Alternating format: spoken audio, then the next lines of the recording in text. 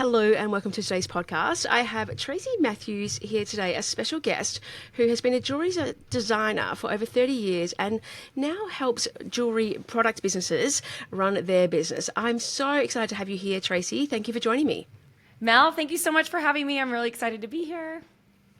Now, we met recently at a product business conference, which was super exciting and so good to meet in person. And I learned so much from listening to you speak at that conference. And just wanted to get you on here because I know you've got so much to share and you have got a vast, wealth of experience. So super excited to have you on here today.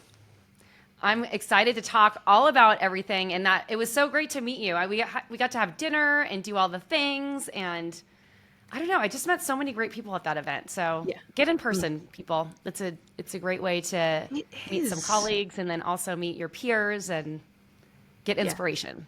Yeah. It totally is, and I think as we spoke about it at the time as well, just the things that you can share, the things that you're going through, the experiences you have with your particular clients, or how you're helping your businesses, your jewelry businesses thrive and flourish, which is obviously the name of your company as well, flourish and thrive.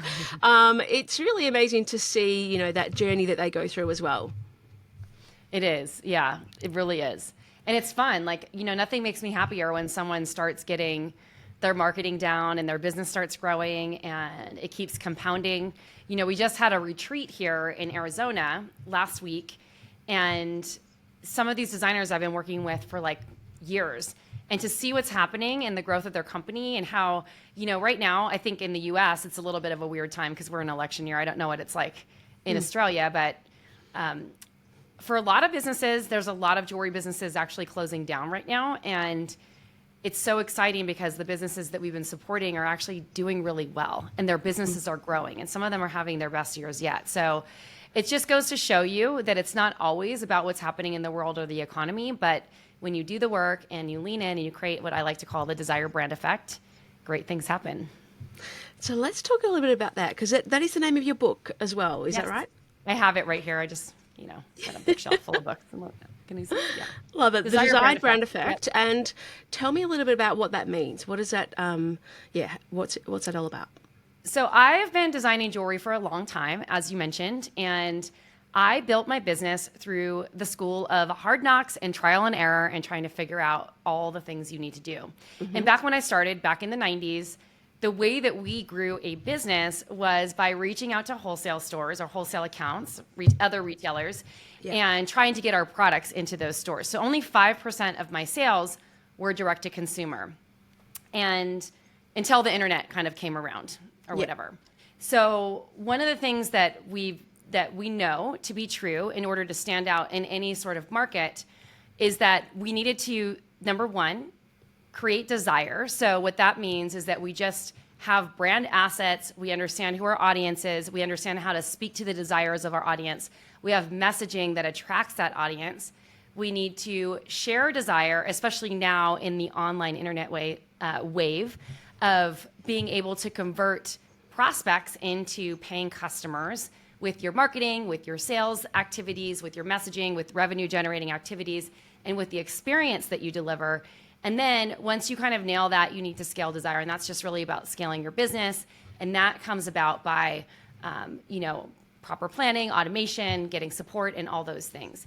And so when I think back in that day, I was really building this business through trial and error. One of the things that we had to do was within a few seconds be able to stand out on a phone call, because there wasn't even email when I started, to get someone to actually take an appointment with you. And when you translate this onto, online sales, everything that you're doing from a visual branding and messaging aspect are the things that actually attract buyers to you. And it translates across all sales channels and all avenues. And so I developed this model called the Desire Brand Effect. I didn't have a name for it at that time, to basically diagnose problems that I was having in my business. So if sales were slowing down, I knew what to focus on. If I was hitting sort of a growth plateau, I knew what to focus on. If my sales started to decline, which they did once or twice, I had to figure out why that was happening. And so it became a diagnostic tool. And at the end of the day, when I was developing this, what I really wanted was to have financial freedom. I wanted to have this business that I loved, that rewarded me creatively, and also feel a sense of accomplishment knowing that, like, you know, watching people wear my designs, which was like the coolest thing when you're walking down the street and you see a random person wearing your jewelry that you don't even know, and you're like, where'd you get my earrings? Or something like that. So that's the high level of what the Desire brand effect about, but it's basically a marketing and sales system, an business operational system that helps any type of jewelry or product-based business grow. Yeah. And so, and this is the thing, like a lot of what I teach as well is that you need these systems in place. You cannot just, you know, create that brand and then expect people to come to you. There really has to be a system for all your marketing and all the ways that you market your business. And obviously you've been through it all in terms of, you know, before the internet, before actual online, before e-commerce was a huge aspect or channel for people. So with the one of the things you talk about is becoming a magnet for the right customers. What does that actually mean? Like, how do you go about that? Can you talk a little bit about that? Well, people buy physical, like luxury products, jewelry, anything that requires messaging, not because they need it. Usually it's because they want it, right? And what makes people want something? Well, it's because you're fulfilling a desire, right? So in order to get someone to actually resonate with what you're doing, you need to speak to those desires. And when you can speak to those desires through your visual branding, through your marketing, through your messaging, through everything that you do, then you become a magnet for those things. So if we're thinking about, like I call this like 4 stages of magnetic marketing, I guess is the best way to put it. First, it's about your branding, then understanding your audience, then understanding the messaging that's going to attract that audience and the marketing that you do to actually resonate with them. So if we're, you know, we can break this down, like the visual aspects and everything that you do from a visual identity standpoint, including like your collection or your designs, your packaging, your website, your logo, your brand colors, your models, catalogs, or social media platforms. Like all of these are things that are branding, or the things that like develop your brand. And that visual brand is something that when someone looks at it immediately, they're like, oh, it might catch their eye. And that's what gets them to stop the scroll or gets them to stop whatever they're doing, right? So, or if they land on your website, they immediately know if your product's for them.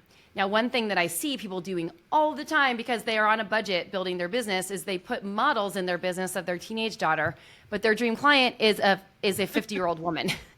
And they're wondering why they're not making sales. And I'm like, because your teenage daughter is not your avatar. And if they see a teenage daughter on their website, and on your website, and because that's all you can afford for a model, because you think it has to be some young, pretty person, well, they're not going to see themselves in you. And so the visual branding is all about getting someone to like identify with what you're doing. And so it filters into all aspects of what you create, present, design, all the things. Now, the next step of this, do you want me to keep going? Yeah, keep going. Perfect. Sure. Is your audience. As I mentioned, you know, you don't want the 14-year-old if your avatar is 50.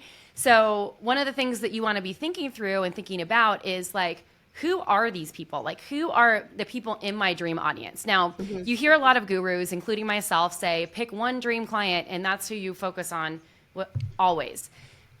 That's somewhat true. And I'm not here to say that I've been lying to people for all these years, but I think it gets really complicated when people try to market to everyone and they don't understand because they're not expert marketers, because I don't think anyone who started a product business necessarily started that product business to become a professional marketer.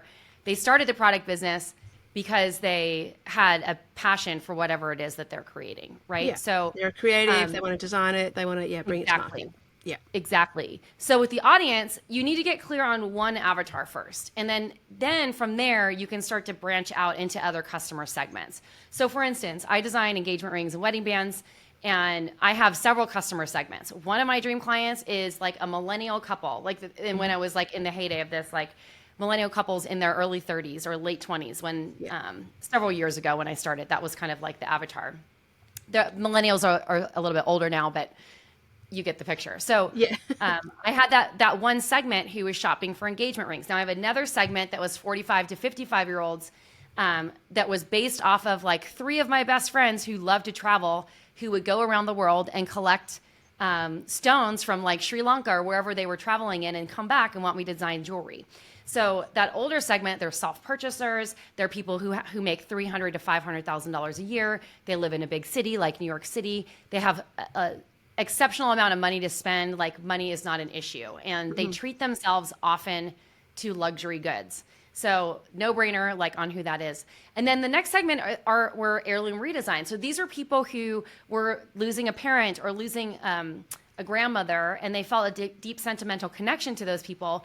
And they needed to know that if they were bringing their stones or gems or gold or whatever it was to someone who was going to redesign it, that they needed to be able to trust them. Because if something happened to those stones, that's the last like memorable thing that of value that they had of their grandparent or their mother or their parent.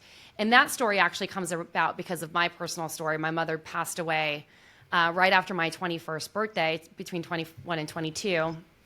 And her death was the thing that catapulted me into jewelry design. It's a little bit of a sidebar story, but that I use that story in my marketing because it connects and lands with people. And when people know that I've actually experienced what they've gone through, they can trust me.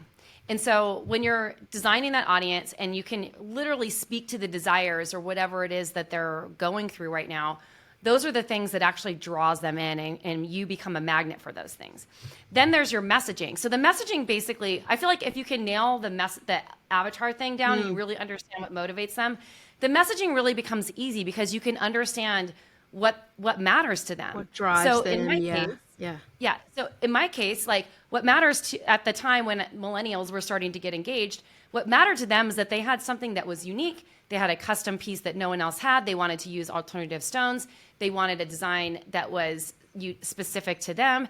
And they were also like in that buying zone where $5,000 to $10,000 was kind of what they were spending on engagement rings and wedding bands. Yeah. Now, in that one customer segment. So for the travel jewelry, they're going to reset a stone for $2,000 to $5,000, but it's literally like an afterthought. They're not thinking too much about how much money they're spending, but I knew exactly how to market to those people because they wanted to, because of what their desires were. They just wanted to remember this amazing trip. And then same thing with the people who have their, who are doing the heirloom redesigns or whatever. And then finally, the marketing, that's really the system that you use to understand, okay, where are all these people hanging out and where am I going to find them? If you have a high-end older clientele who doesn't use social media, spending all your time on Instagram is not going to be the best use of your time. Yeah, like that's also, not where their attention is, right? So where is their attention? Yeah. And so by understanding all of these things, you can understand like, where are they hanging out? What do they like to do? How am I going to reach them? And all those things. I was just doing a deep dive for one of my clients today, and we work with, most of our jewelers are handmade. Jewelry designers and makers are in the handmade market, space. but I just happened to get off with someone who also designs fine jewelry. And I clearly identified, because we dialed into our customer segments, I'm like, you're running ads. The people that you're targeting are not buying from ads. Because she's trying to compete with these really high-end jewelers, and she's a newer brand. Right. I'm like, the way that you're going to find your customers are at the golf club, talking about what you do, wearing your jewelry, offering them. So having that clarity is going to be like save you a lot of time and also make you a lot more money, because depending on the type of jewelry you design, some of the people that you meet are going to be definitely shopping online, like more handmade jewelers, handmade products, handmade anything. They're going to be shopping online. But once you hit a higher end segment, it does require more personal touch. So the more that you can understand that, and more that you can understand the desires of the people that you're actually serving and dial into that, the better your result is going to be, and the more you're going to magnetize those people to you. Does that make sense? That was long, but I hope that you followed. That was amazing. So what would be some of the suggestions for someone like that to, reach those people? Like, what is she doing to have that brand awareness about who she is and where to find her? The particular, like the golf club sort of, like that's where her. Okay. So, this particular woman, she lives in a golf club community. She services wealthy people. She designs tennis bracelets, which make complete sense because she's in a community where people are wearing tennis bracelets and diamonds. And so, when we were when we were looking at these customer segments, like the only segment that was going to find her online was actually these new couples getting engaged who are looking for lab created diamonds. And in that case, you optimize your marketing on your website, if you're going to do Google ads or anything else, for lab grown diamonds. And speaking to that, what is that generation? Is that Gen Y or Gen? I forget what's the generation after Gen, the millennials? After millennials, yeah, Gen Y, and then Gen it's Y. Gen Z. Yeah. Yeah. So the Gen Ys who are probably getting engaged now, you know, the thing that they're looking for is different. Like a lot of them are buying lab created diamonds. They don't have a big budget. People think that lab created diamonds are the same as fine jewelry. And I don't want to make this all about fine jewelry because there's a lot to be said for people who are doing handmade products as well. Yeah. But just understanding their desires and their shopping patterns, like, changes everything. Like, what are some of the products that you serve? And we can workshop some of this for So, I people. have quite a variety of different types of product businesses. So, for example, I have some handmade sustainable fashion. I have lots of beauty products who are handmade as well. I have ceramics. I have like accessories. I do have some jewelry, but more, costume as opposed to fine jewelry. And then, like sort of a mixture of beauty products and stuff like that too. And Okay. yeah. Perfect. I have an idea. So for, let's say these handmade beauty products, right? What is the reason why someone wants handmade beauty products? Because I use this type of product. The products that I use, there are no more than 7 ingredients, all organic. I'm allergic to any sort of anti-aging stuff.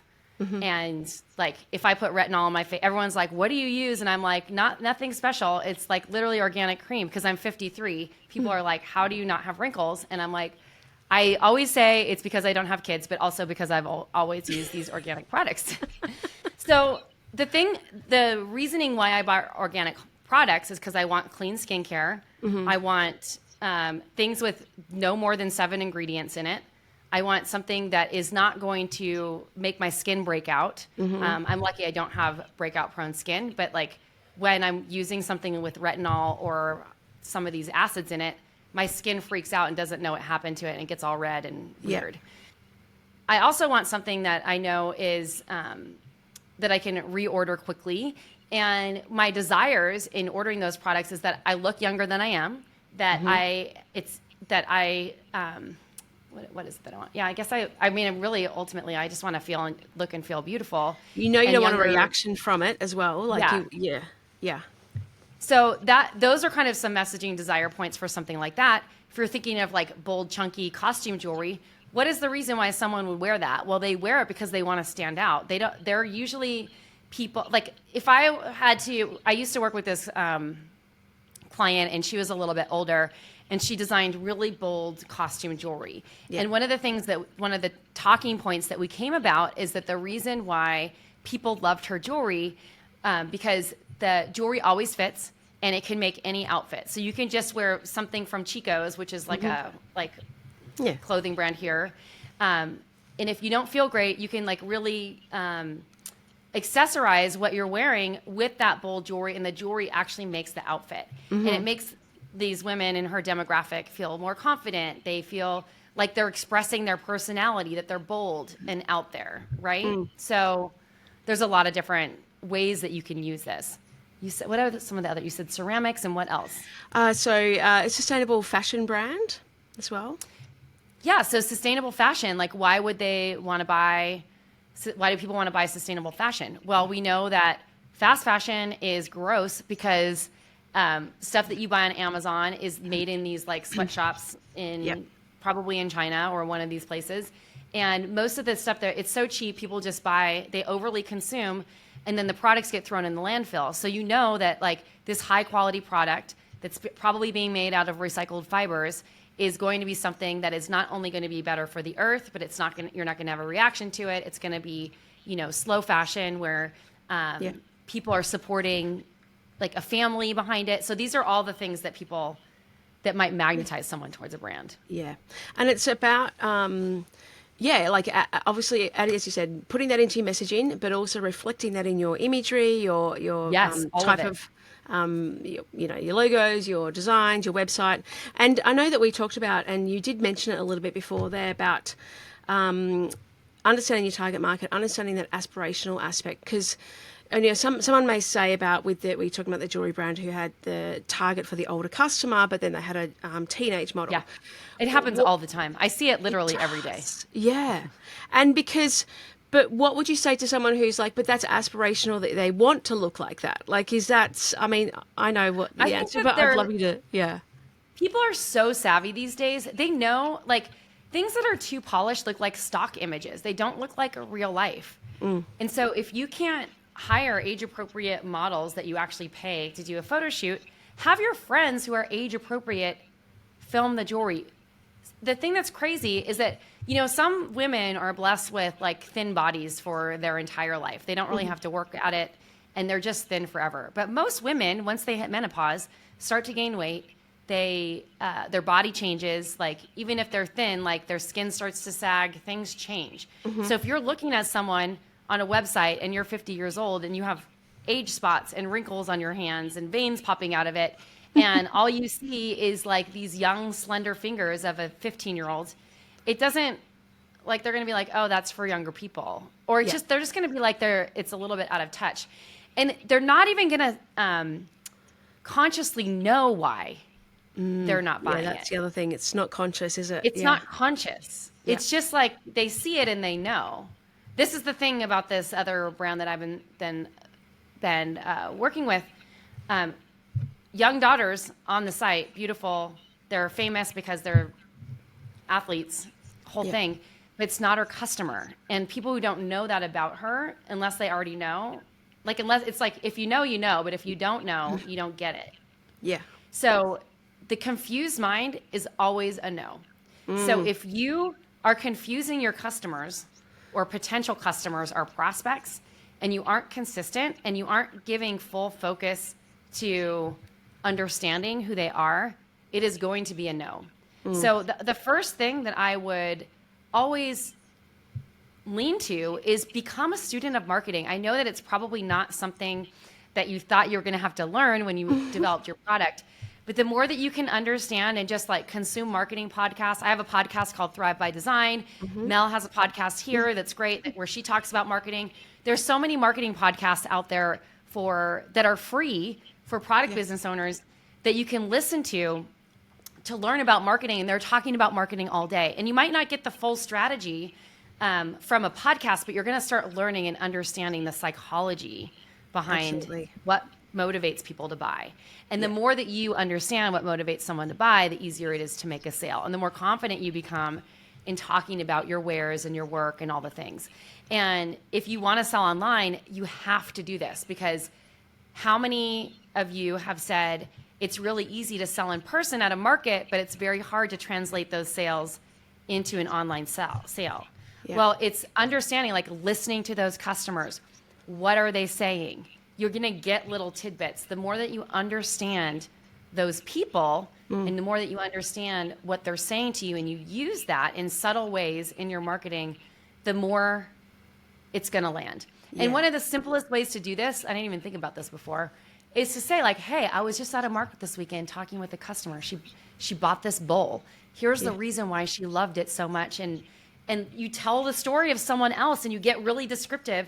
And then you're like, oh, if you're someone like that too, maybe this is the bowl for you. I mean, you can be tongue-in-cheek about it. But it's like, picking up on what they have said, and then someone's going to see themselves in that as well. I think that you mentioned there the doing the market, and I think obviously we don't want people to be doing a market every weekend and having a whole lifestyle that's full of that. But I do believe that in person, and the same thing with like if you have a physical retail store.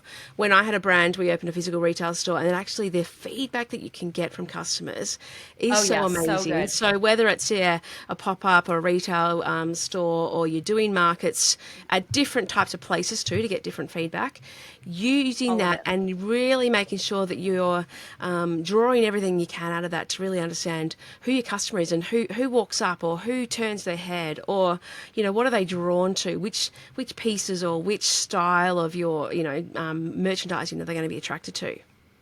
Exactly. Yeah. So So when we, one of the things I wanted to ask you about is mindset. And so Yes.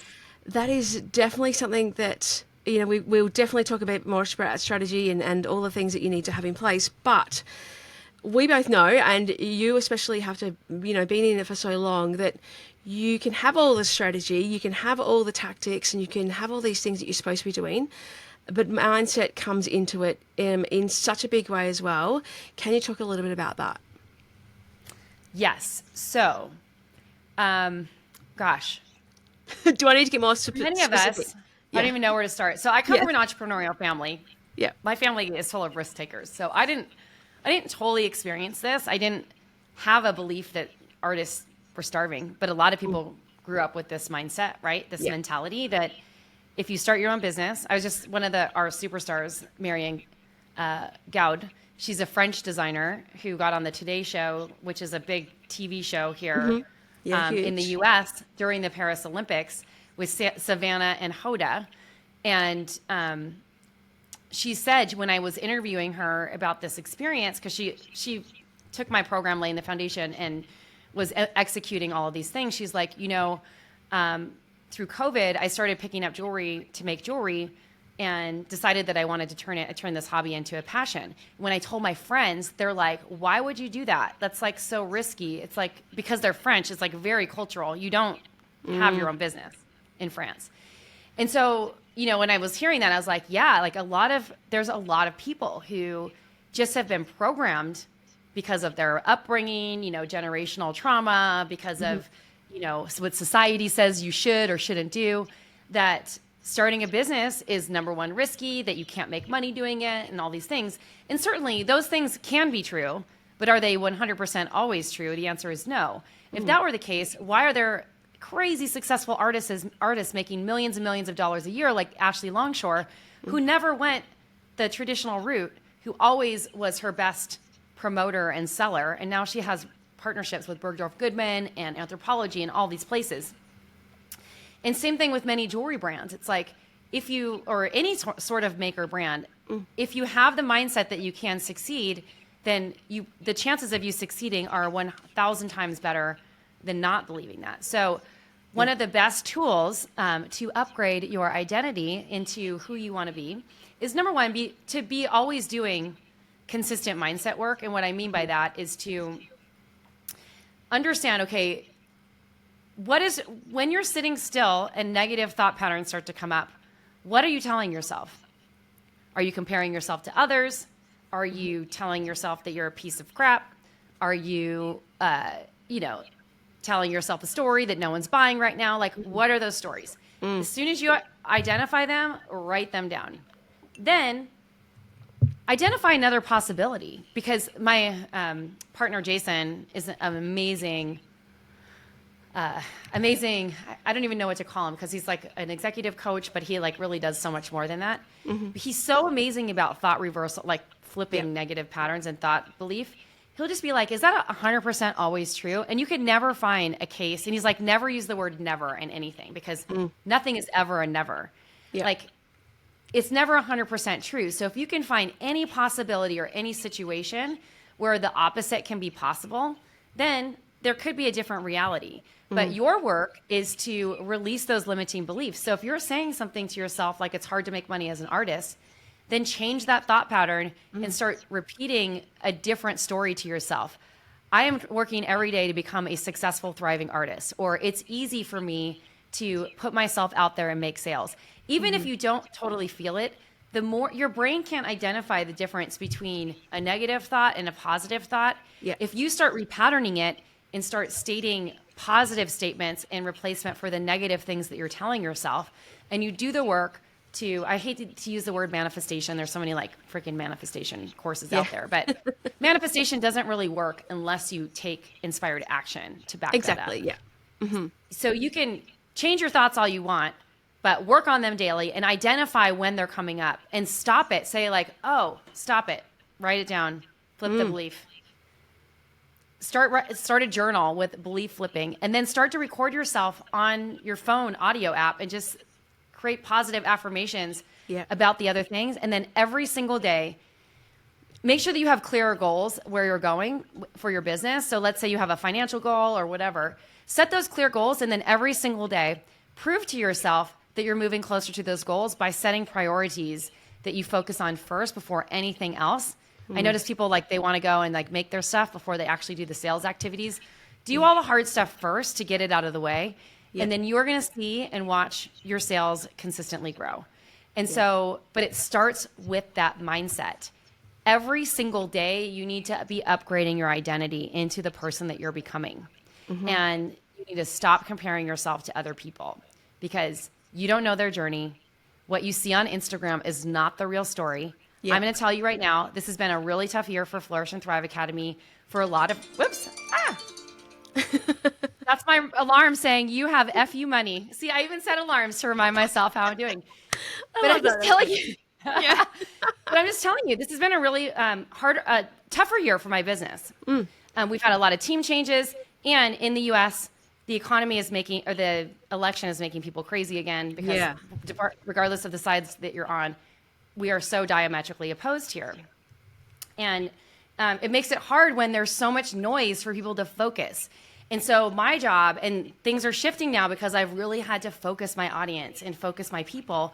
And when you do that, the sales start to pick up again. And so I'm mentioning that not to like share what's going on inside of my company, but just so that you know, every business has a season, but it's your job to focus and get your head in the right place.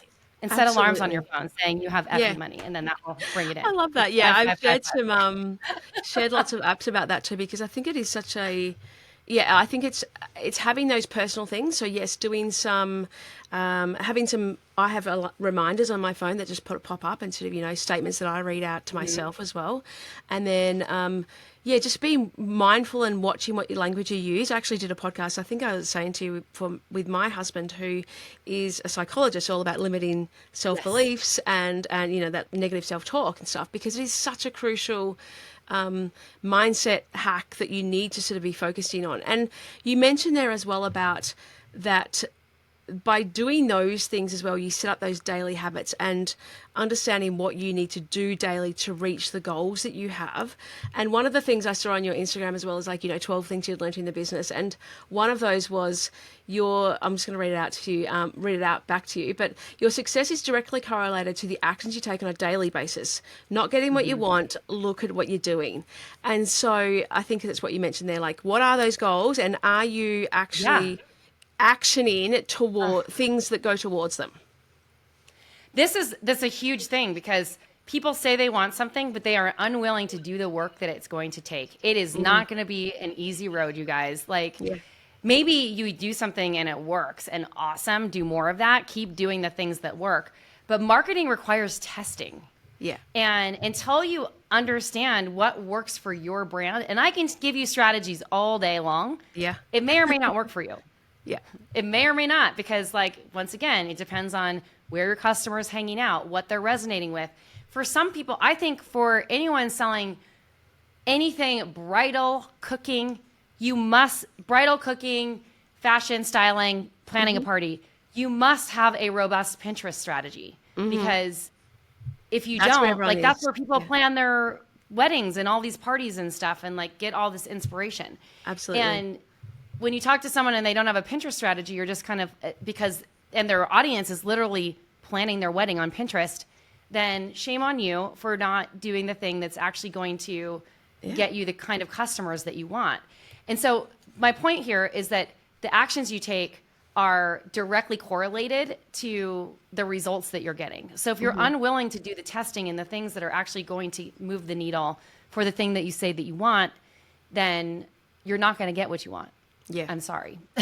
Yeah. No, absolutely. And touching on that, I did hear you mention it, but I didn't focus on that before. But you mentioned about that, a lot of the people you work with and yourself was included, you are doing handmade things. So you are actually spending time on that aspect of your business. But you cannot just then not, focus on sales or marketing activities as well. It has to be a part of your whole, whether it's day or week or the way that you schedule it out and you have seasons of making or whatever it might be. But you can't just make the product and then not actually spend any time marketing or selling it. Yeah, you can't.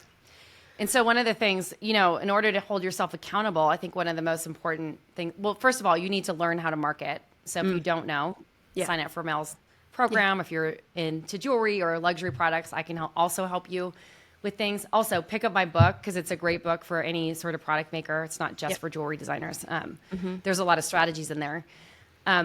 But having developing a marketing strategy for you, meaning like, okay, what are my 90-day goals? What are the 3 major projects I'm going to launch? What is my sales and revenue goal? How am I going to get there? Do I have creating a marketing calendar with your marketing mapped out for the months? Like all of that stuff is going to be integral to you getting what you want. So if you're just showing up and like expecting sales to happen and not really doing anything except for doing an Instagram post here or there, you're not going to get a result because you're not really focused. Like this is I bring it back to like what I was talking about earlier. You need focus. Scattered energy is not going to get you a result. Yeah, absolutely. You touched on earlier as well, Tracy, about that you've come from an entrepreneurial family, which I have as well. Like it's sort of a innate thing that you do have to take risks in business. Can you talk to me a little bit about what you believe is, you know, do you believe that it's imperative to be willing to take risks in running a business? Well, I do, because risk-averse people are never going to push themselves far enough. You almost have to be willing to fail. Like, you have to be willing to fail every single day. Because... And failure can look like you sent an email marketing campaign that did not convert. Like, that's what I'm talking about. Like, having a failed launch. Like, and using the information from that failure to improve it for next time. So we didn't talk about this yet, but my first business got wiped out in what I think you guys call over in on your side of the world, the Great Financial Crisis. We call it the market crash of 2008. Yeah.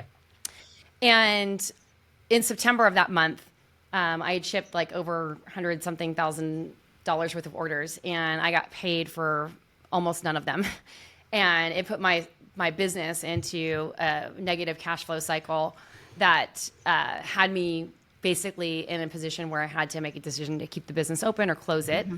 I made the choice to close it, had to file for bankruptcy and start all over. I was devastated, to say the least, in the time. I could not see the lessons in it for a long time. I was so hard on myself. I felt like a loser. I was like, what did I do wrong? All these things. Yeah, but quite I'm frankly, no good at business, in hindsight, you probably just went through all the stages of all the things. But in hindsight, looking back at it now from a more neutral position, that sucked. Like my credit has been affected for the rest of my life because when you have a small business, you personally guarantee all of those loans and everything that you take. Like most of them aren't in a business name. And that has sucked. But what I learned is, how do you run a business on a cash flow? How do you get really scrappy with what you're doing in a way that also gets the result that you want? How do you pay attention to what's actually happening without blinders on, to be aware when something is weird? You know, so when this year, like right around May, I'm like, oh, this is going to be a tough year because the rest of the year, because the election's coming. We had to make some cuts in the business. We had to cut back expenses. You know, I had to take a pay cut for a short-term period of time. And like, these are all things like, okay, so if we want to get through this, these are the things that we have to do in the short term for the long-term gain so that the business can still thrive through it. Yeah. These are just seasons and cycles in business and awareness. And that big lesson that I got from that was that pay attention to what's happening and pivot when you need to and learn the lessons that you need to. So your ability to get back to your original question about taking risk, I do think it's important.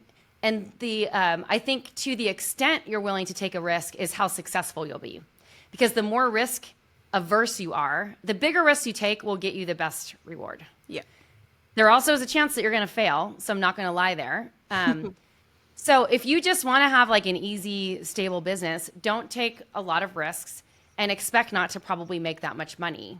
Or if you're willing to take fast. Or grow very fast. You just won't. Thank you. And you can be smart about it. I'm not saying like be like reckless with taking risks. Take calculated risks. Like, you know, do your research, measure the data. You know, these days it's so easy to use AI tools to even like analyze things. So you don't even have to have an analytic brain to know how to do it. You can analyze risk potential and all these things. But the more risk forward you are, and you know what you call it, the more risky you are, I guess, the more willing to take bigger risks, the chances of you growing quickly are going to be a lot higher. But also the chances of having a big failure are going to be bigger. So just be aware of that. And it's not, neither is right or wrong. It's just really what is your tolerance. And the more that you are willing to flex that risk muscle, the more you're going to see your business grow and shift and change and be able to learn. And so as long as you can use everything that you do as a learning experience. And also, I think the big, most important lesson here is calculated risk. One of the things that put my business in jeopardy back in 2007 and 8 is I tried to expand too quickly. Yes. I had, in 2007, crossed about $1 million in revenue, and this was for my handmade jewelry business. I had launched a fine jewelry collection, but I also, in the same year, launched a men's jewelry collection. But developing a new sample line and marketing basically two brand new businesses inside my company were extremely expensive. Yes. Extremely expensive. Then I took all these orders for gold for my fine jewelry, and the gold prices skyrocketed that year. So I was losing money on the gold pieces. So that quick expansion, and then I was also investing in all these trade shows and traveling a ton.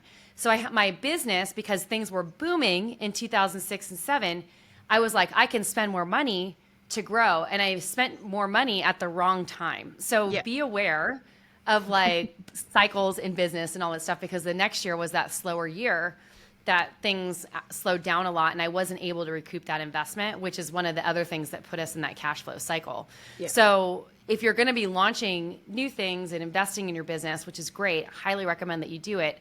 Just maybe don't do it all at once. Like pace it over time. And then also as well, I think what you mentioned there, just being really aware of patterns and seasons. So yes, like in Australia, especially it is quieter in June, July for us because it's a winter period, So, like knowing, and especially even in retail buyers aren't going to buy as much in those periods too. So really knowing your cycles, knowing what's going on so that you spend the right amount of money at the right time, or you're aware of your expenses going out, because you are going to have fluctuations. So I think that comes back to that as you grow as a business owner, really making sure that you not just know the sales and the marketing, as we've talked about, but you also really understand that business side of it and the financial side of it, because you can't just stick your head in the sand and, expect your bookkeeper or your accountant to be the ones that do it. You really have to learn that as well. And that's just part of being a business owner, that you are going to have to do all those sort of parts of it as well. This is true. 1000%. You got to look at the numbers. Very important. Yeah. And as you say, like plan your year out, but as you say also that there are going to be failures, there's going to be things, but are they learnings? Like, what do you take from it?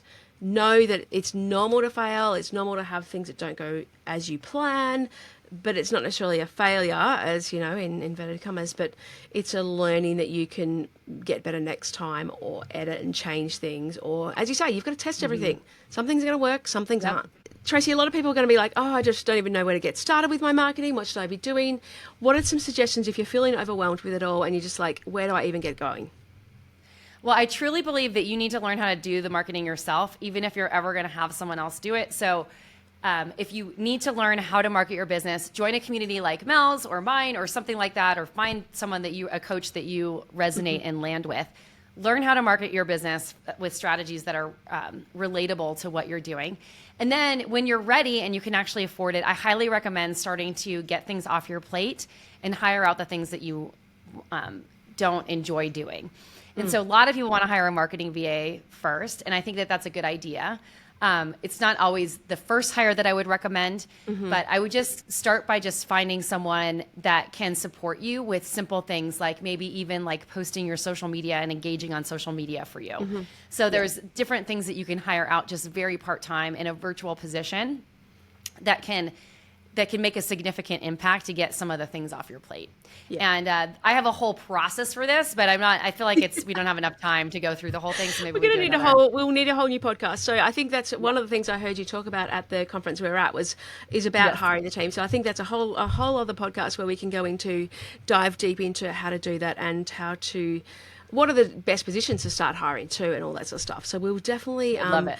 meet again to talk about that. Thank you so much for sharing your journey here and some of your, amazing tips. I think there's so many takeaways that people can get going with their business and figure out, really understanding how to sell and market the business and understand who their customer is.